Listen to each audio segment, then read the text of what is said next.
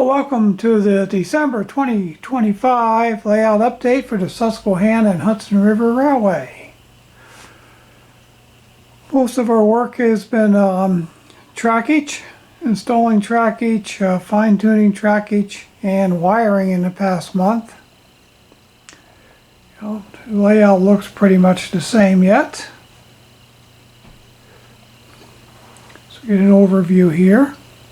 And the big thing is that we have gotten a branch line coming over here into the coal loadout operational, and we've run some coal between the loadout here and the anthracite coal breaker represented at Wilkes-Barre.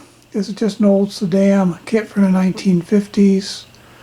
I picked up a swap meet, just substituting right now for a loadout facility until I can scratch build something to go in there in the future.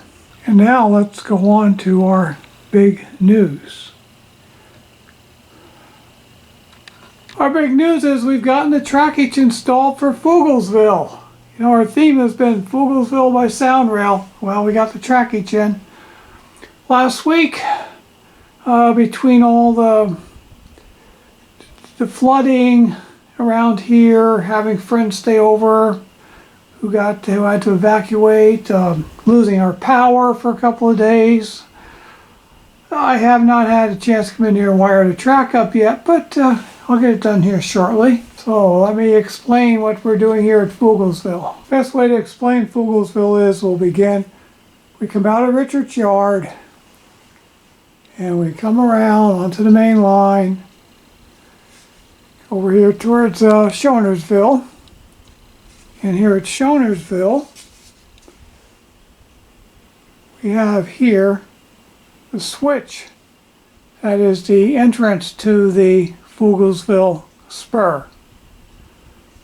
And yard limits extend out to right here for Richards. So you're able to operate to Fogelsville and over here to Schonersville, both all within yard limits and not needing any authority to occupy the main track. From the Fogelsville spur switch here on the main track, come around, we have a nice long yard lead that then sends us into the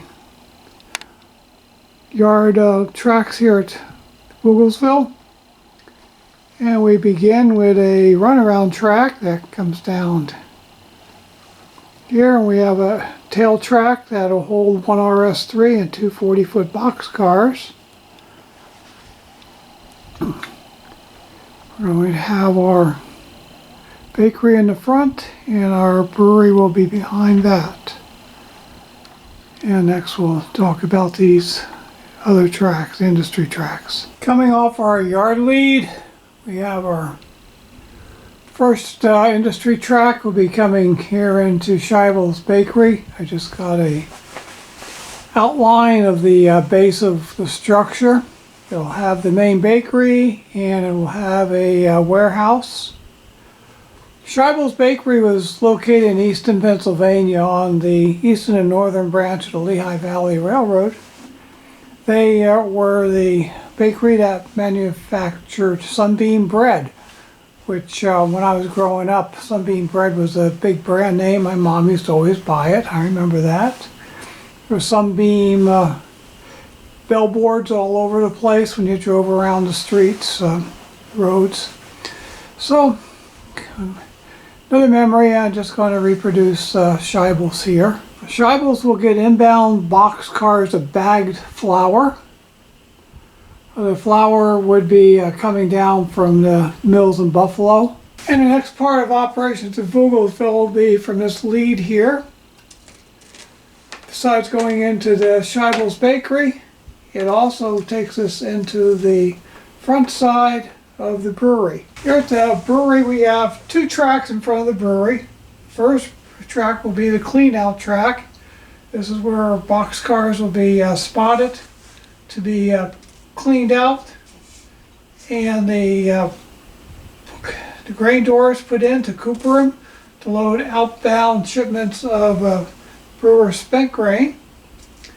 The inside track, it is going to be used, it'd be called the grain track. It's going to be used for unloading inbound cars of grain coming into the brewery and to load the outbound cars of brewer spent grain. And the final track for the brewery will be over here. We have a stub track here, which is going to be the track to service the brewery's boiler house. The boiler house will be in this area right here. Boiler house will receive inbound loads of anthracite coal from the coal breaker at Wilkes-Barre. And the final track over here will be the loadout track, where cars of finished product will be loaded out from the brewery. So, in summary, we'll have inbound cars of grain, inbound cars of coal into the facility, and occasional inbound car of packaging materials. Outbound, we're going to have brewer spent grain, and we're going to have carloads of beer product. Brewer spent grain is a byproduct of the brewing process. The mash made from the grains produces a lot of waste grain, and this waste grain is then taken and it is dried. And after it is dried, it is very valuable because it's very high in protein.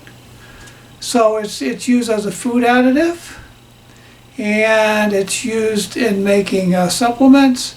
It's used in some medical products. And additional use of it that's very important is as an additive in the production of animal and poultry feed.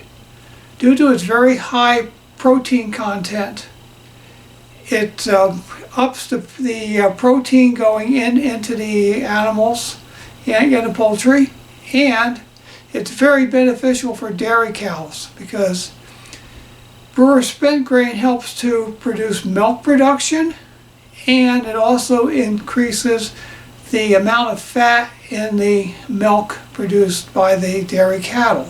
In our era, it is shipped out in the 40-foot boxcars with grain doors.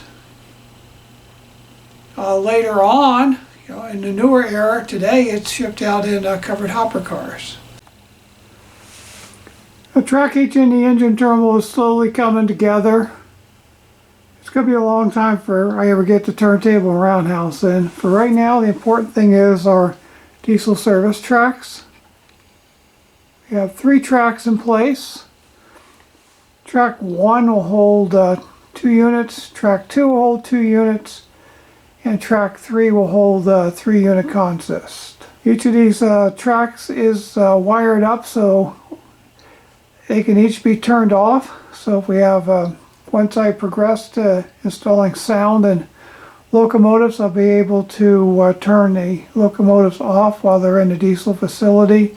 So when turning on the DCC system, it'll help not having that big surge of power going into the sound units. A little improvement I did was on our coupler picks.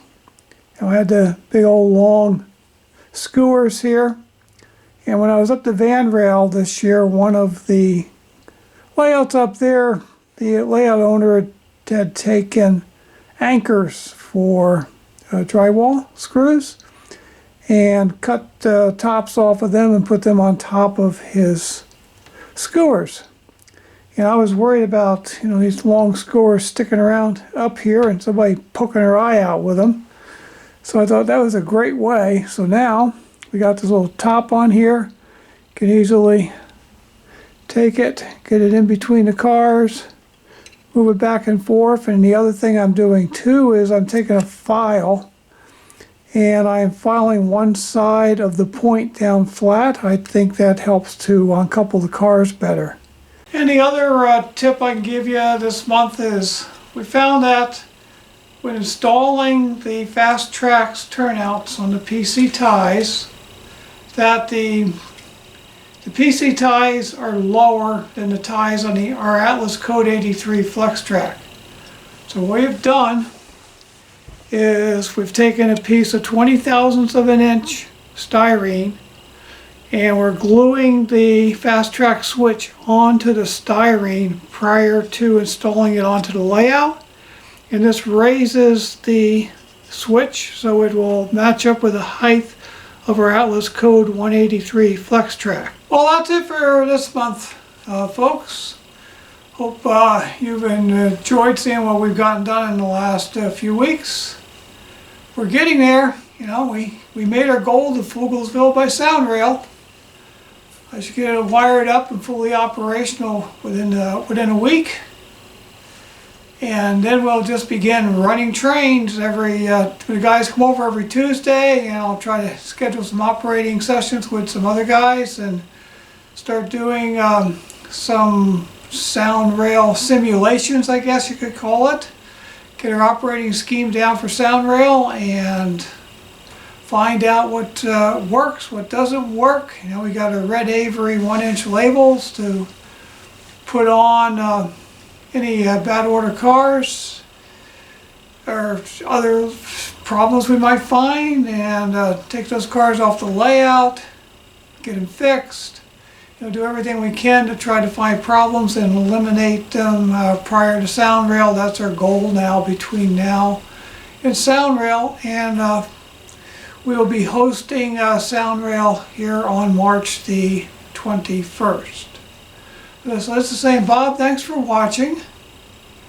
And if you liked our channel, you know, give us a thumbs up there on YouTube and subscribe to our channel. So until my next video, so long, and remember, you know, model railroading, we got one of the best hobbies in the world. You know, there's such a variety of things to do. And Merry Christmas, everyone. So long.